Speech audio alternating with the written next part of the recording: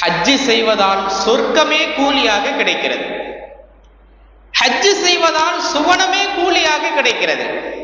நபிகள் நாயகம் ஸல்லல்லாஹு அலைஹி வஸல்லம் அவர்கள் சொன்னார்கள், வல் ஹஜ்ஜுல் மப்ரூரு லைஸ லஹு ஜஸாஉன் இல்லல் ஜன்னah.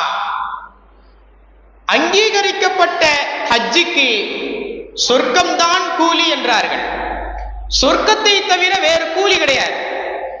அப்படியானால் இங்கு கவனிக்க வேண்டிய விஷயம், ஒருவர் ஹஜ்ஜி செய்கிறார் என்றால் அவர் ஹஜ்ஜி செய்ததற்கு பிறகு அவர் மூத்தா போனா அல்லது ஊருக்கு வருகிறார் என்றால், ஊருக்கு வந்து சில காலம் வாழ்கிறார், அதற்கு பிறகு மரணிக்கிறார் என்றால் அவருக்கு கூலியாக அல்லாஹ் சொர்க்கத்தையே தருகிறார். சொர்க்கம் கிடைப்பது எவ்வளவு பெரிய விஷயம். நாம் உலகத்திலே நல்ல அமல்கள் செய்கிறோம். ஏன் செய்கிறோம்? ஒரே ஒரு லட்சியத்திற்காக செய்கிறோம். என்ன லட்சியம்? சொர்க்கத்தை அடைய வேண்டும், சொர்க்கம் பெற வேண்டும், சொர்க்கம் கிடைக்க வேண்டும் என்பதற்காக நாம் நல்ல அமல்கள் செய்கிறோம். அது எப்படி கிடைக்கும்? சொர்க்கம் எப்படி கிடைக்கும்?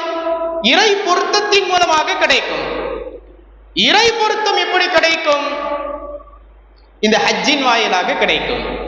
அப்படியானால் ஒருவர் அப்பழுக்கற்ற முறையில் பரிசுத்தமான உள்ளத்தோடு எந்த குறைகள் இல்லாமல் ஹஜ்ஜி செய்கிறார் என்றால், அதற்கு பிறகு அவர் மரணிக்கிற போது அவருக்கு அல்லாஹ் சொர்க்கத்தையே கூலியாக தருகிறான். நாம் உலகத்திலே வாழ்கிறோம், தொழுகிறோம், திக்ர் செய்கிறோம், குர்ஆன் ஓதுகிறோம், தான தர்மங்கள் செய்கிறோம், இறைவனுக்காக வேண்டி அத்தனை நற்காரியங்களையும் செய்கிறோம். ஏன் செய்கிறோம்? சொர்க்கம் செல்ல வேண்டும். ஒரே ஒரு லட்சியம் தான், ஒரே ஒரு குறிக்கோள் தான், சொர்க்கத்தை நான் அடைய வேண்டும் என்ற குறிக்கோள். அந்த லட்சியத்தை, அந்த குறிக்கோளை அல்லாஹ் இந்த ஹஜ்ஜின் மூலமாக நிறைவேற்றி தருகிறான். இது இரண்டாவது சிறப்பு.